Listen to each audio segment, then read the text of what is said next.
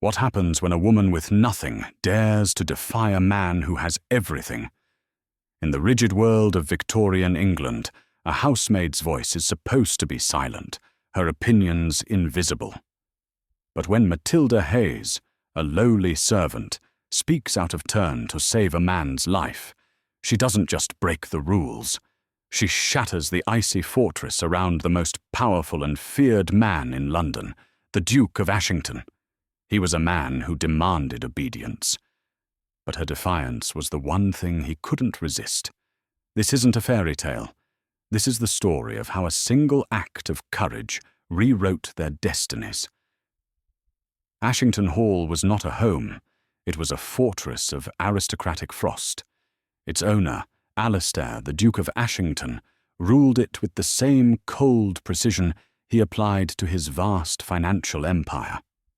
At 32, he was known in London society as the Iron Duke, a man whose tailoring from Savile Row was as immaculate as his reputation was untouchable. He was devastatingly handsome, impossibly wealthy, and utterly devoid of warmth. The staff at Ashington Hall moved on whispers and fear. They understood the cardinal rule. The Duke was not to be troubled, spoken to, or looked at directly. His world was one of ledgers, silent dinners, and absolute, unquestioned authority. Into this frigid world stepped Matilda Tilly Hayes. Tilly was small, quiet, and possessed a face that was easy to overlook, which was, for a housemaid, a professional asset. But beneath her plain grey uniform and starched white cap beat the heart of a lion, and behind her observant eyes lay a mind sharpened by a life she had lost. Her father, a village schoolmaster, had taught her mathematics, literature, and, most dangerously, morality, before debt and sickness claimed him, forcing Tilly into service. She had been at Ashington Hall for 3 months, long enough to learn the map of the corridors and the geography of the Duke's temper. She had never spoken a word in his presence, until the Tuesday of the Long Knives. The Duke was conducting one of his infamous household inspections, a terrifying affair where he moved from room to room, his gaze missing nothing. He was followed by the housekeeper, Mrs. Croft, who held a notepad with a trembling hand. They entered the main drawing room, where Tilly and 2 other maids were polishing silver. The Duke's eyes scanned the room and settled on the hearth, where Mr. Grimshaw, the head butler, was meticulously arranging the firewood. Grimshaw had served the Ashington family for 45 years. He was a man of profound dignity, whose wife had passed away only the month before. The Duke stopped. He pointed a leather-gloved finger, not at the wood, but at the mantelpiece. "What?" he said, his voice a low, cold vibration. "Is that?" Mr. Grimshaw froze. Mrs. Croft squinted. On the marble, tucked behind a French porcelain clock, was a small, tarnished silver locket. It is my locket, Your Grace," Grimshaw whispered, his face pale. "My late wife, Mary. She—" "You are aware," the Duke interrupted, his voice slicing through the butler's grief, "of my policy regarding personal effects in the state-rooms. It is clutter. It is unprofessional. It is a sign of sentiment. And sentiment is a flaw. Your Grace, I merely set it down. I was polishing it. I meant to." "You meant to defy me," the Duke stated. It was not an accusation. It was a verdict. He turned to Mrs. Croft. "Mr. Grimshaw has become sloppy. His sentimentality compromises his duties. Pay him his wages and see him off the grounds by luncheon. He is dismissed." The room stopped breathing. 45 years of service, erased. For a locket! Mr. Grimshaw visibly crumpled, his hand flying to his chest as if to ward off a physical blow. Mrs. Croft's pen shook so violently she could not write. Tilly looked at the old man, his face ashen, his entire life's work undone by a moment of grief. She saw her own father in him, A good man broken by a system that had no mercy. And something inside her snapped.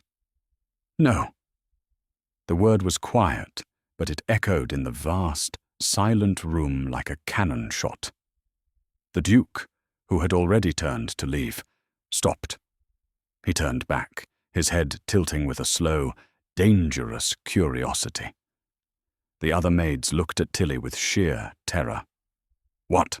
the Duke said. "Did you say?" Tilly's heart was hammering against her ribs so hard she thought it might break them. She knew the cost. Dismissal, a ruined reference, poverty.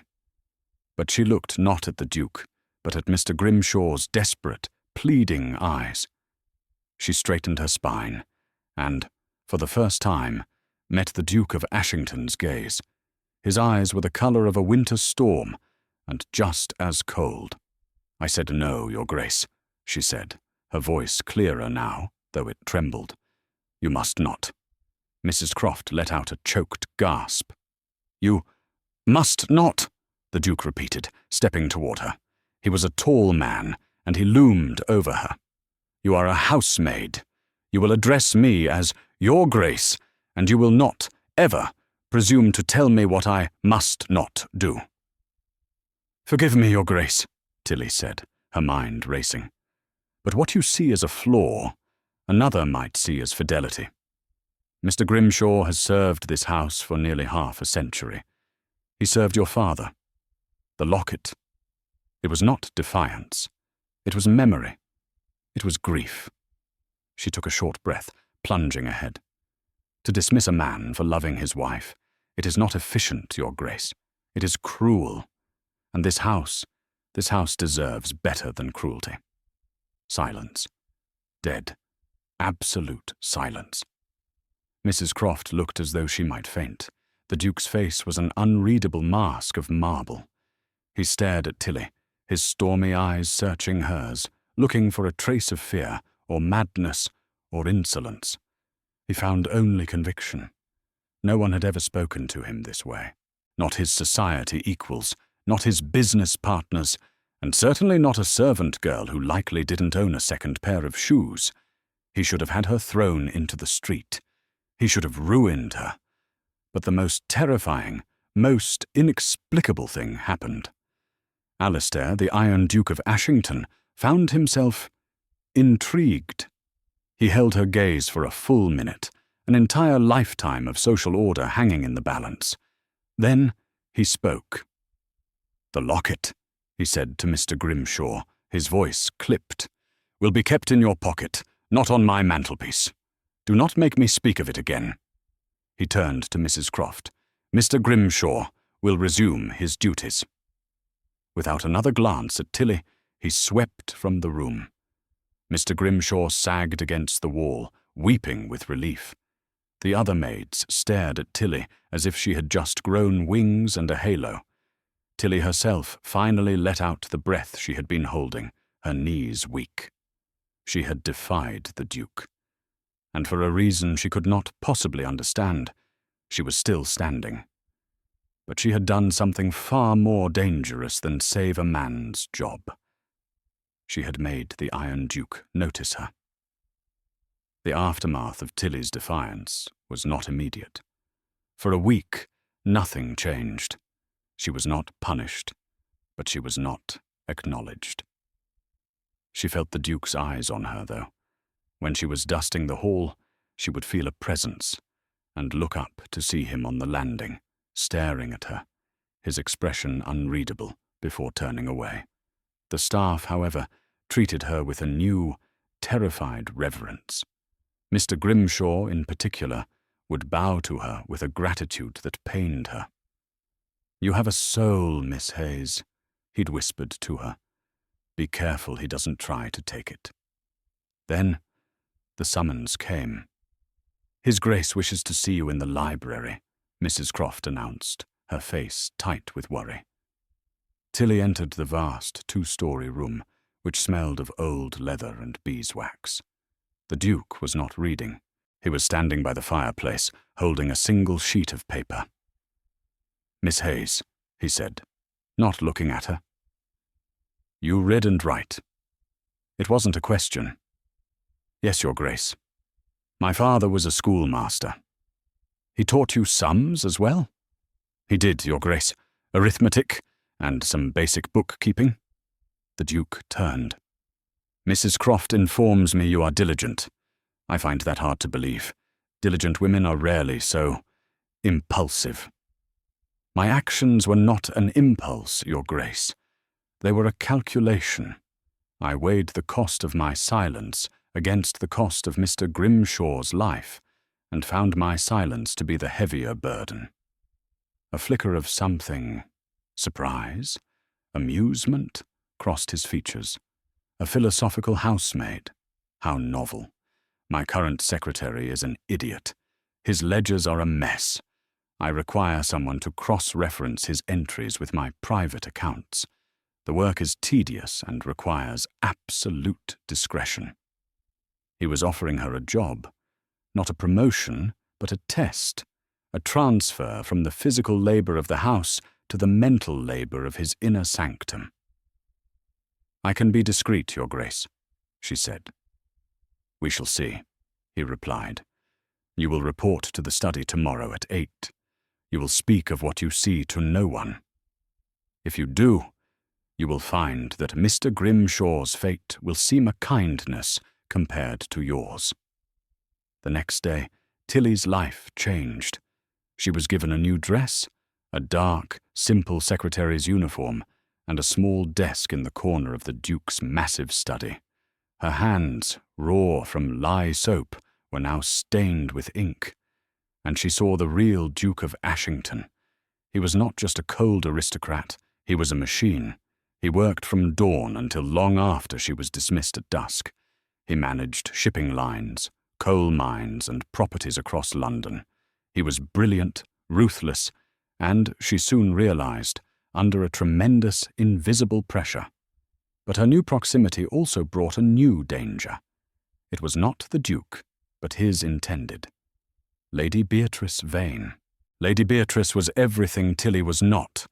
Breathtakingly beautiful, with hair the colour of spun gold, and a lineage as old as the Duke's. Their engagement was the talk of the ton. It was an alliance of two great fortunes, a merger of empires. Beatrice visited the hall often, and she despised the staff. She particularly despised Tilly. She had heard the whispers of the housemaid who had talked back to the Duke, and she saw the girl's presence in his private study as a stain. Alistair, darling, must you keep the help in here? Beatrice drawled one afternoon, wafting in on a cloud of expensive French perfume. It smells of soap. Miss Hayes is assisting me with the quarterly accounts, Alistair replied, not looking up from his desk. Beatrice's sharp blue eyes landed on Tilly. Is she? How clever she must be. She drifted over to Tilly's desk and picked up a ledger. All these little numbers. It must be so taxing for your simple mind. Do try not to make any catastrophic errors. Alistair hates mistakes. I do my best, Lady Beatrice, Tilly said, her voice even. I'm sure you do. Beatrice smiled, a tight, cold expression. But a creature, no matter how well trained, will always revert to its nature. The warning was clear. A few days later, the trap was sprung. The Duke was in London, attending a meeting at Lloyd's Bank. Lady Beatrice was in the drawing room, supposedly waiting for him. She called for tea. Tilly, being in the study, was the closest and was sent by Mrs. Croft to deliver it. Tilly entered the room, balancing the heavy silver tray. Beatrice was standing by the window. Just set it down, girl, she ordered. As Tilly bent to place the tray on the low table, Lady Beatrice let out a piercing shriek. She stumbled backward, clutching her chest, and the teapot wobbled. Hot tea sloshed over the side, scalding Tilly's hand. Tilly hissed in pain but held the tray steady. You clumsy oaf, Beatrice screamed, just as the Duke entered the room, drawn by the noise. What is the meaning of this? Alistair demanded. Alistair, Thank God, this creature, she tried to assault me. She threw the tea at me. Beatrice pointed a trembling finger at Tilly. Look, it's all over the carpet. The Duke looked at the floor, where a small puddle was spreading. He looked at Beatrice, who was artfully dishevelled. Then he looked at Tilly, who was standing ramrod straight, her face pale with shock, her right hand bright red from the scalding tea. Miss Hayes, the Duke said. Tilly's mind was clear. It was her word against a lady's. She was doomed. Lady Beatrice stumbled, Your Grace, Tilly said calmly. I caught the tray before it fell. My hand was burned, but none of the tea touched her. She's lying, Beatrice cried. She has hated me from the start. She wants you for herself, Alistair. She's a scheming, ambitious. Nothing. Have her dismissed. Have her arrested. Alistair's face was stone. He walked forward, past his furious fiancée, and stopped directly in front of Tilly. He did not look at her face. He looked at her hand, which she was clutching to her stomach. Show me, he commanded. Tilly reluctantly held out her hand. A blistering red mark was already rising on her skin. The Duke looked at it. Then he looked at Beatrice. His eyes were flat. There is no tea on your gown, Beatrice, he said. I jumped back. It just missed me. You claim she threw it, yet the scald is on the back of her hand, consistent with her gripping a tray that was tilted away from you. The spill is at her feet, not yours. Beatrice's face went white. Alistair turned to Tilly. Go to the kitchen. Have Mrs. Croft tend to that burn. Then return to the study. We have work to do. Yes, Your Grace. Tilly curtsied, her heart pounding, and fled the room. She had been defended. He had believed her. She didn't see the look that passed between the Duke and his fiancée. Beatrice, for the first time in her life, looked afraid. The Duke's voice, when he finally spoke to her, was not loud. It was terrifyingly quiet. You will never, he said, lie to me again, and you will not touch my staff. Am I clear? Lady Beatrice, sensing a crack in the foundation of her future, could only nod. The Iron Duke had defended a housemaid, and in doing so, he had drawn a battle line she had no intention of honouring. Tilly's hand healed, but the atmosphere in the house grew thick with unspoken tension. Lady Beatrice was scarce, and the Duke was more consumed by his work than ever. He was short-tempered, restless, and would often stare into the fireplace for an hour at a time, lost in a storm of thought. His trust in Tilly, however, had solidified. He began giving her more complex tasks. She was no longer just cross-referencing. She was drafting his letters, summarizing reports from his mine managers, and balancing the household accounts. It was in the household accounts that she found the first thread. The Duke, for all his wealth, was spending astronomical sums. The bills for wine, for silks, for parties he rarely attended, were staggering.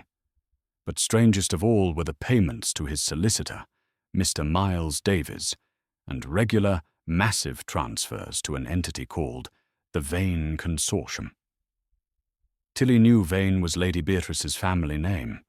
It seemed odd that he would be paying his future father-in-law. One evening, the Duke was called away to London on urgent business. He left Tilly with a mountain of paperwork. "Organise this," he'd ordered. "I want a summary of all expenditures over £500 for the last quarter." She worked late into the night, the only sound the scratching of her pen. In the back of the Duke's bottom desk drawer, she found a ledger she had never seen before. It was bound not in the standard green or black, but in dark red leather. It was not locked. She knew she shouldn't open it. This was not part of her duties. This was his private world. But the name Vane Consortium burned in her mind. She opened it. It was not a ledger of accounts. It was a journal of his father's, and now his, most private financial dealings. And the truth, written in the Duke's precise, angry script, laid her flat. The Ashington estate was bleeding. The old Duke, his father, had been a trusting man. He had entered into a partnership with Lord Vane, Beatrice's father, and their solicitor, Mr. Davies, to invest in overseas ventures. Tilly saw the names: the Argentine Rail Consortium, the South African Diamond Scheme. Ventures her own father had read about in the papers, calling them glorified bubbles. They were bubbles, and they had burst. The old Duke had died, leaving his son a mountain of secret debt, all of it owed to Lord Vane or held by the solicitor. Mr. Davies, the family lawyer for decades, had been systematically draining the estate, funneling money to Vane. The Iron Duke was not cold. He was drowning. And the marriage— oh God, the marriage. It wasn't a merger of fortunes. It was a sacrifice. Alistair was being blackmailed. He was marrying Lady Beatrice, a woman he clearly despised, to stop her father and Davies from calling in the debts and revealing the Ashington name was bankrupt. He was trading his life to save his family's honor. Tilly felt sick. The man she saw as an unfeeling tyrant was, in fact, a prisoner. His coldness was a shield. His cruelty to Mr. Grimshaw was the lashing out of a man trapped in a cage. Suddenly, a new entry caught her eye. It was from the week before. Vane is pushing up the wedding. He grows nervous. Davies reports the little housemaid is too clever. She's in the ledgers. She must be dealt with. He suggests a simple theft. Plant the Vane diamonds on her. I refused. I will not have an innocent ruined. A cold dread washed over Tilly. They weren't just blackmailing him. They were afraid of her. And the Duke, he had protected her. The next line was even more chilling. I cannot find a way out. The proof I need of their collusion is missing. My father's private correspondence. Davies claims it was lost in a fire. Without it, it is my word against theirs. I am trapped. I must marry her. God help me. Tilly's mind flashed back. A fire.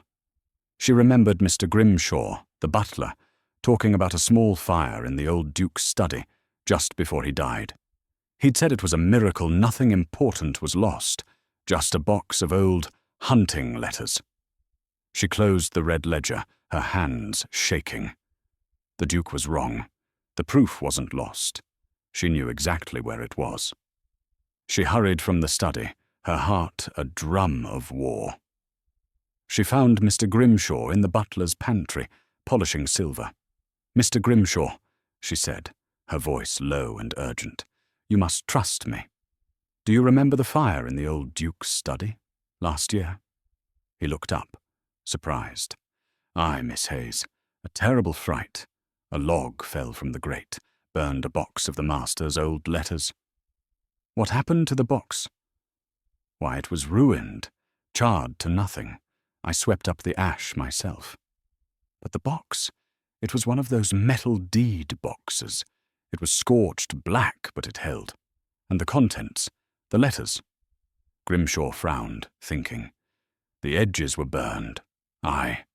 Mrs. Croft said to burn the lot, but I couldn't. It felt wrong. It was the old Duke's hand. I packed what was left. I put the box in the old cellar archives. Down with the unfiled deeds. Why, Miss Hayes? Mr. Grimshaw, Tilly said, gripping his arm. You didn't just save your own job. I think you might have just saved the Duke. Tilly knew she had no time. The Duke was in London, but Lord Vane and Lady Beatrice were expected at the hall that afternoon to finalize the wedding contracts. Davies, the solicitor, would be with them. They were coming for the final signature, the one that would seal Alistair's fate. With Mr. Grimshaw as her guide, Tilly descended into the damp, cold cellar archives. It was a room of forgotten history, piled high with trunks and tin boxes. After 20 minutes of frantic searching, Grimshaw pointed. There. It was a black, scorched deed box.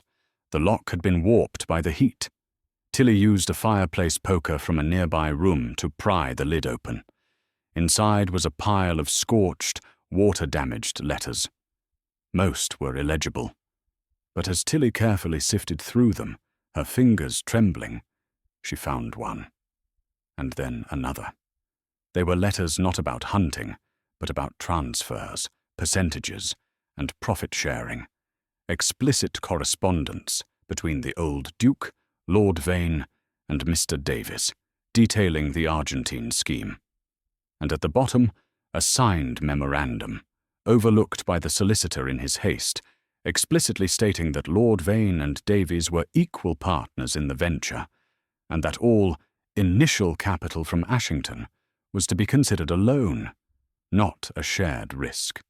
They hadn't just encouraged a bad investment, they had stolen the money and disguised it as a loss. It was proof. It was fraud. "I must get this to the Duke," Tilly whispered. "He is in London, miss," Grimshaw said. "He is not due back until tomorrow." "He will come back tonight," Tilly said, her resolve hardening. "Go to the stables. Have his fastest horse saddled and ready for a messenger. I will write the most important letter of my life." She ran back to the study, the precious letters clutched to her chest. She sat at the Duke's desk, her mind clear. "Your Grace, do not sign the contracts. I have found the proof. Davies and Vane committed fraud. I have your father's letters. They are in my possession. Return to Ashington Hall tonight. Delay them. I am your obedient servant, Monsieur Hayes." She sealed it and gave it to the stable boy Grimshaw had waiting. "Ride as if the devil is at your heels," she ordered. She had just hidden the scorched letters inside the red leather ledger in the Duke's desk when she heard the crunch of carriage wheels. They were early. Lady Beatrice, Lord Vane, and Mr. Davies swept into the great hall. They were in a celebratory mood. "Where is Alistair?" Beatrice demanded. "His Grace was delayed in London," Mrs. Croft said. "He is expected this evening." "This evening?" Lord Vane, a large man with a florid face, boomed. "Nonsense! We are here to sign. He knew the time." "He will be here," Tilly said, stepping out from the study. The three conspirators turned to her. Davies, a thin, rat-like man, narrowed his eyes. "And who are you?" "This is the secretary I told you about, Father," Beatrice sneered. "The little mouse." "I am Miss Hayes," Tilly said, her chin high. "His Grace left instructions. You are to be made comfortable in the drawing-room. He will join you as soon as he arrives." She was bluffing. She was stalling. She just needed time. But Beatrice was no fool. She saw the ink on Tilly's fingers, the high colour in her cheeks. She sensed that something was wrong. "You were in his study," Beatrice said, her voice soft and dangerous. "Writing letters, were we?" "I was finishing His Grace's correspondence," Tilly replied. "I think not." Beatrice's eyes flashed. "Father, Davies, I believe this little rat has been in the pantry. She has been sniffing around places she doesn't belong." Beatrice walked toward the study. Tilly moved to block her path. "Lady Beatrice, the Duke forbids anyone from entering his study." "And you are the guard dog?" Beatrice laughed. She shoved Tilly hard, sending her stumbling back. "Search her." "What? You can't!" Tilly cried, as Lord Vane grabbed her arms. "This is assault." Tilly struggled. "It is a citizen's arrest, girl," Davies snapped, his voice high. "We have reason to believe you are a thief." "What are you talking about?" Beatrice smiled, a cruel, triumphant smile. She reached into her own handbag and pulled out a glittering diamond and emerald necklace. It was a famous piece, one Tilly had seen in portraits. the vain emeralds. "My necklace," Beatrice said. "It went missing from my carriage, and you were the only one who approached us." "That's absurd. Father, hold her!" Beatrice walked up to Tilly, the necklace in her hand. "You want to be so close to the Duke? You want his power? Let's see how you look in my jewels." With a sudden, vicious movement, Beatrice shoved the necklace down the front of Tilly's simple dress. "There!" she screamed, for the benefit of the servants who were beginning to gather. "She has it! The thief! She has the Vane emeralds! Seize her!" Lord Vane threw Tilly to the floor. Mr. Davies grabbed the necklace from her bodice and held it aloft. "She is a common thief. We'll have the magistrate here in an hour. She'll hang for this." Tilly, on the cold marble floor, felt the trap close. The Duke wasn't here. Her letter hadn't reached him. They had her. They would claim she stole the necklace, and in the ensuing search of the study, they would find the scorched letters and destroy them. They had won. "She is no thief." The voice that spoke was like a crack of thunder. Tilly looked up. There in the doorway, mud-splattered from a hard ride, his face a mask of terrifying fury, stood Alistair, the Duke of Ashington. He had gotten her message. The Duke strode into the hall, his riding crop still in his hand. He didn't look at Tilly on the floor. His eyes were locked on the three figures frozen in their tableau of false accusation. "Your Grace," Davies stammered, pocketing the necklace. "Thank heavens you've arrived. We've just caught this viper in the act of thievery. She stole Lady Beatrice's necklace." "She did," Lord Vane blustered, stepping away from Tilly. "A blatant, shocking crime." The Duke slowly pulled off his gloves. "Did she?" "Alistair, she is a menace," Beatrice cried, resuming her role as victim. "She must be arrested." "I agree," Alistair said, his voice deadly quiet. "An arrest should be made." He walked past them and stood over Tilly, who was still on the floor, breathless. He looked down at her, his expression unreadable. "Get up, Miss Hayes," he commanded. Tilly rose, her legs trembling. He turned her to face him, his back to the conspirators. His eyes, for a fraction of a second, met hers. He was looking for one thing, the truth. She gave him a tiny, almost imperceptible nod. "I have it." It was all he needed. He turned back to the trio. "Mr. Davies, you are my solicitor. You, of all people, know the value of evidence. Tell me, how did Miss Hayes steal this necklace?" She approached the carriage. She must have taken it then," Davies said. "And yet," the Duke continued, "Miss Hayes has not left this house all day. I, however, have. I rode past your carriage on the London road 2 hours ago. It was stopped. You, Lord Vane, were arguing with your driver, but Lady Beatrice was not in the carriage. She was walking by the road. I saw her." Beatrice's face paled. "And I saw," the Duke said, "that necklace in her hand. She was not wearing it. She was holding it, preparing it." "This is slander," Lord Vane roared. "Is it?" The Duke smiled, a terrifying, humourless expression. "Miss Hayes sent me a message, an urgent one. It seems she found some old correspondence."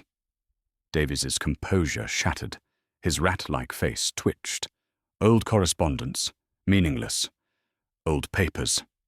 Not to me," the Duke said, "and not, I imagine, to the Crown Prosecutor. Miss Hayes, would you be so kind as to retrieve the red ledger from my desk, and the scorched items you filed within it?" Tilly. "Of course, Your Grace." As Tilly walked to the study, Davies made a strangled noise. "Your Grace, this is a misunderstanding." "The only misunderstanding," Alistair said, "is that you believed I was my father. He was a good man, a trusting man.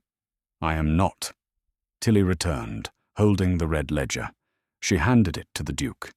He opened it and produced the scorched, damning letters. He held up the memorandum. My father's loan, your signatures, and a very clear schedule of repayment that, I see, you replaced with a fraudulent schedule of losses. This is not a debt, Lord Vane. This is conspiracy. This is fraud. This, he said, looking at Davies, is disbarment and prison. And this, he said, looking at Beatrice, is ruin. Lord Vane collapsed into a chair, his face purple. You can't prove it. Those papers are... They are enough, Alistair said. Enough to open an inquiry. Enough to have Lloyd's Bank freeze your assets by morning. Enough to have the Vane name dragged through every gossip column and criminal court in London. Beatrice, however, was a fighter. Do it, she hissed, her beauty curdling into a mask of pure hatred. Do it, and I will still ruin you.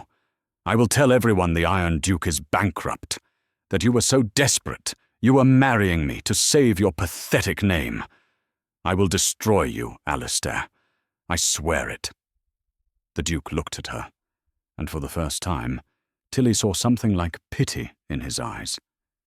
You could have, Beatrice, he said quietly. But you see, while you were planting jewels, I was at my bank. The news of your fraud, it is very valuable. My creditors, upon hearing that my largest debt was, in fact, a criminal asset to be seized and returned, were more than happy to extend my credit. Indefinitely. He was not bankrupt. Not any more. He had been, but the proof of the fraud had saved him. He walked to the bell pull. The engagement is, of course, broken. Mr. Grimshaw, he said, as the butler appeared. Your Grace? Lord Vane is unwell. His daughter and his solicitor will be escorting him home. See that their things are packed. They will not be returning. The three of them, utterly defeated, were escorted out. Davies was weeping. Lord Vane looked as if he'd had a stroke.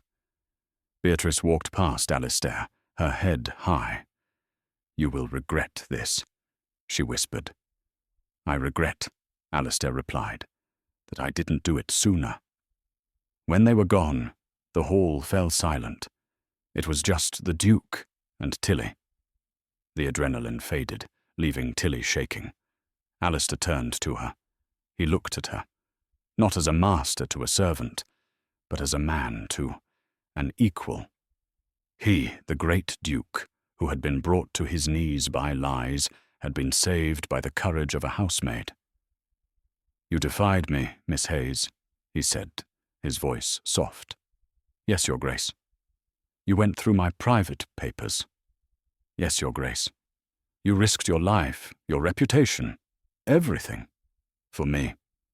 I risked it, Tilly corrected him, finding her strength, for the truth. He studied her face, the exhaustion, the ink smudge on her cheek, the fierce intelligence in her eyes. You are no longer a housemaid, he said. The position of secretary is insufficient. The estate is a disaster. The finances are a tangled mess. I have to rebuild everything. He paused, and what he said next changed the world. I require your assistance, Miss Hayes, as my partner, my chief financial advisor. It was a preposterous title, an impossible role for a woman, let alone a servant. It was, in its own way, a proposal more shocking than marriage. Tilly looked at this complex, cold and brilliant man who was only just learning to be vulnerable.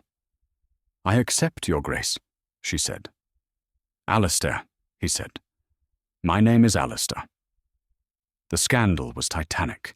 The engagement of the Duke of Ashington to Lady Beatrice Vane was not just broken, it was obliterated. Society buzzed with rumours, but the Iron Duke, in a masterful stroke, controlled the narrative. He let it be known that he had discovered financial improprieties in Lord Vane's holdings, and had withdrawn to protect his own good name. The Vane family, facing disgrace and the Duke's threat of prosecution, quietly liquidated their assets and fled to the continent. But inside Ashington Hall, a quiet revolution was underway. Matilda Hayes was given a suite of rooms, a wardrobe of respectable clothes, and a new title, Controller of the Ashington Household. The staff, led by a deeply loyal Mr. Grimshaw, were stunned but accepting. They had seen her courage. They had seen his defense of her. The study became their world. The partnership he had offered was not a title, it was a reality. Tilly, with her schoolmaster's mind for numbers, tore into the ledgers. Alistair, with his innate understanding of power, handled the banks. "You cannot," she told him firmly one morning, "continue to fund the Duke of Rutland's expedition. It's a vanity. You are paying for his hobby." "His family is an important ally in the Lords," Alistair countered, leaning over her desk.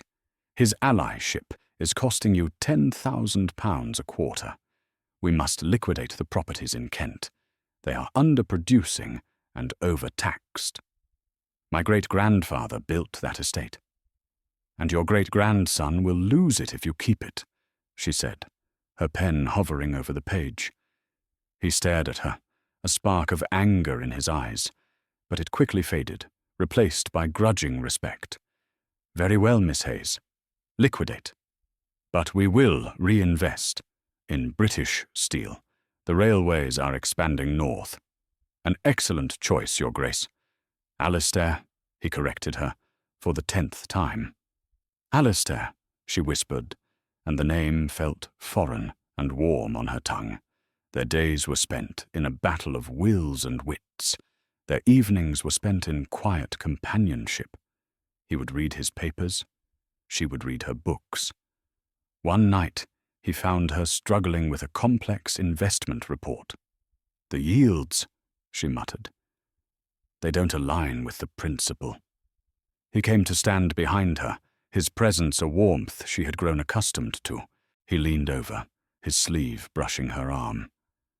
"You are not accounting for the debenture," he said, his voice low, his breath stirring her hair. "It is secured against the asset itself, not the company. See?" His finger traced the line of figures. She was acutely aware of his closeness, of the clean scent of his soap and the heat radiating from him. She had never been so close to a man.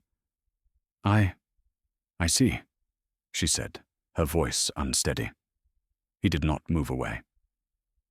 "You are remarkable, Matilda." He had never used her full name. She looked up, her neck craning to meet his gaze. His stormy eyes were no longer cold. They were something else. Deep, searching, and vulnerable.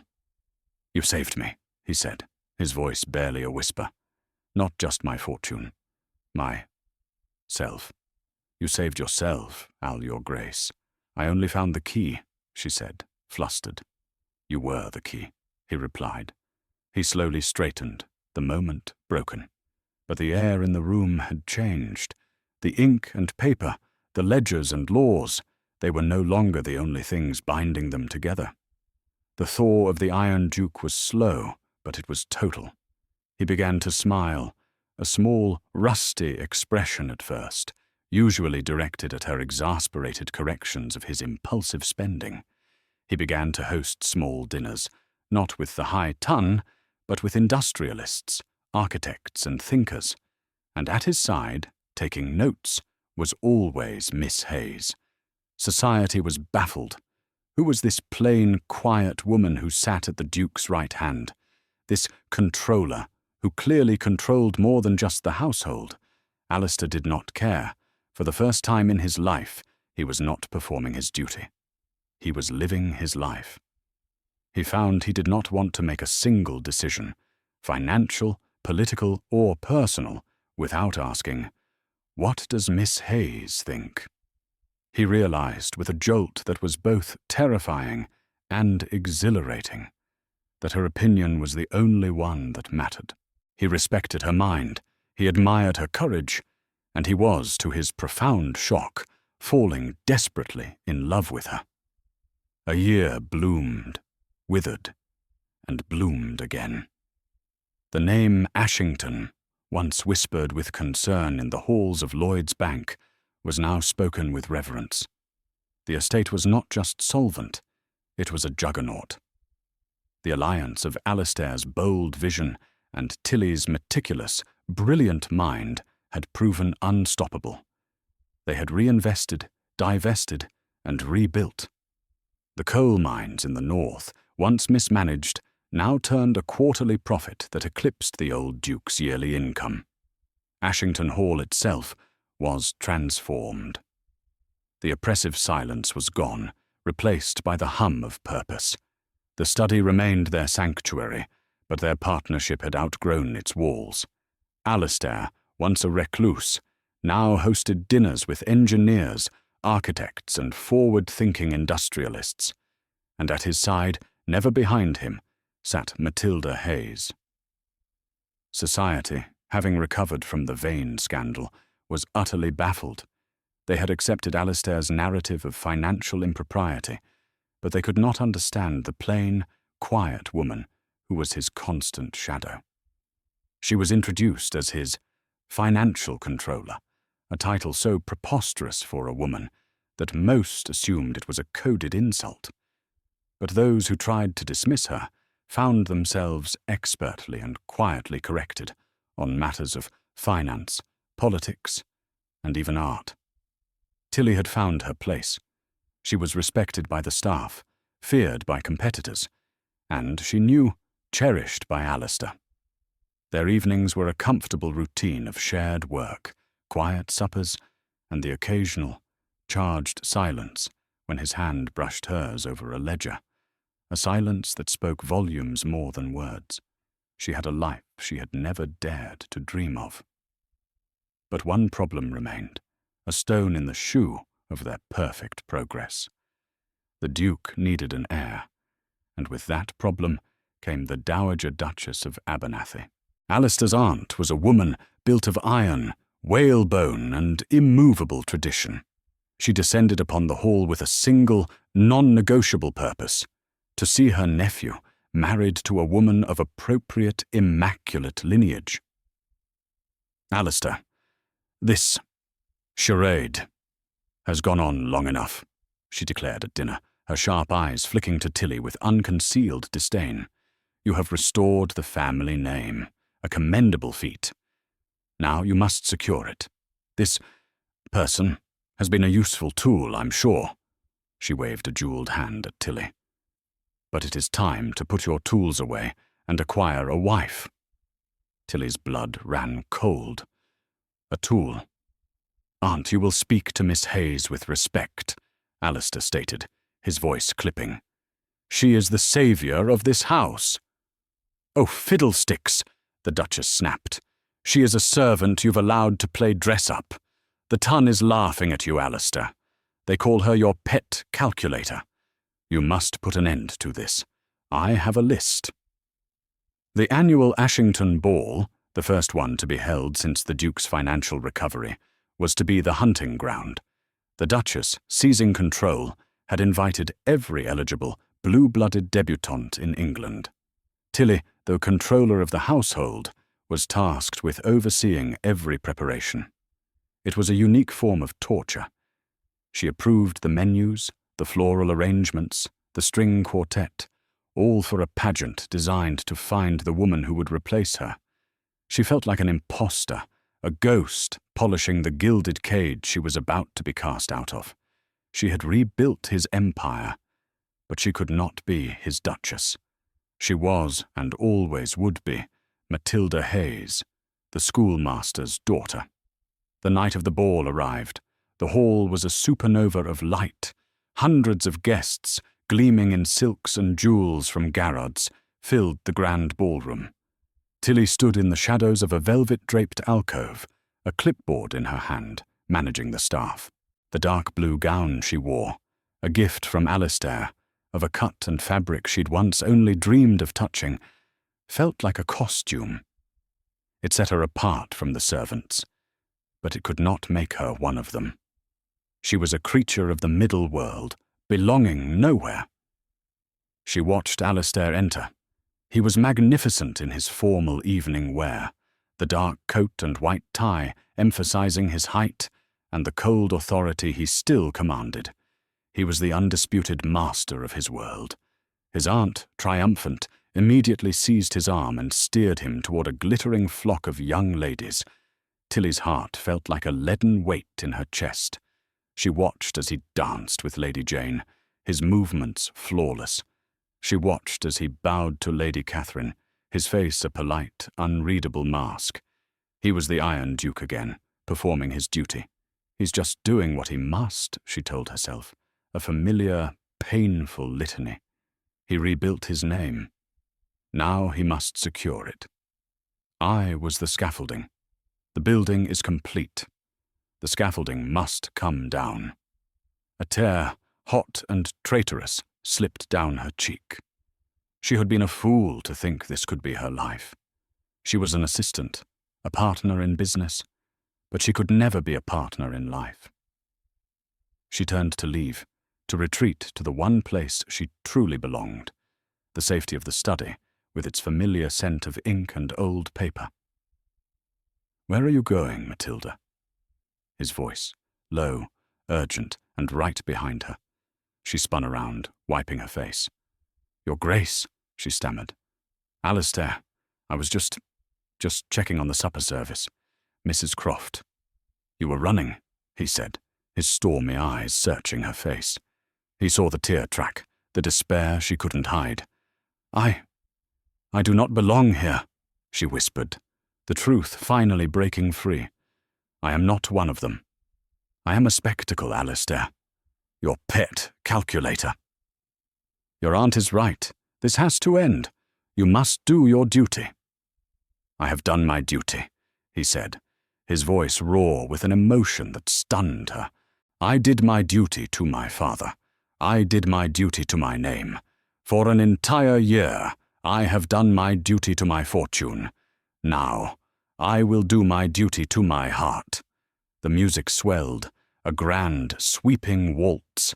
The Dowager Duchess, sensing her nephew had gone rogue, was bearing down on them, a smug-looking debutante with hair the colour of straw in tow. "Alistair, darling, you simply must meet Lady Elspeth. Her father owns half of—" Alistair raised his hand, a simple, sharp gesture that silenced his formidable aunt. He did not look at her. He did not look at the debutante. He looked only at Tilly, his eyes blazing with an intensity she had never seen. And then he did the most defiant, most shocking, most wonderful thing of his life.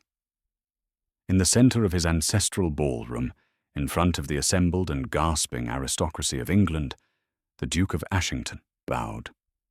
It was not the short, polite nod he gave the other ladies.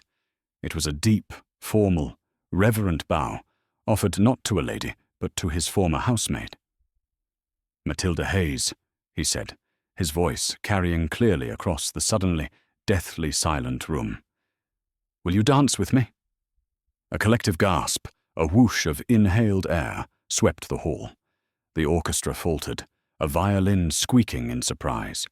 The Dowager Duchess's face went from puce to a mottled, furious white. Tilly's hand flew to her mouth. This was not just a dance. This was a declaration. This was social war. "They will destroy you," she whispered, her eyes wide with terror and a dawning, brilliant hope.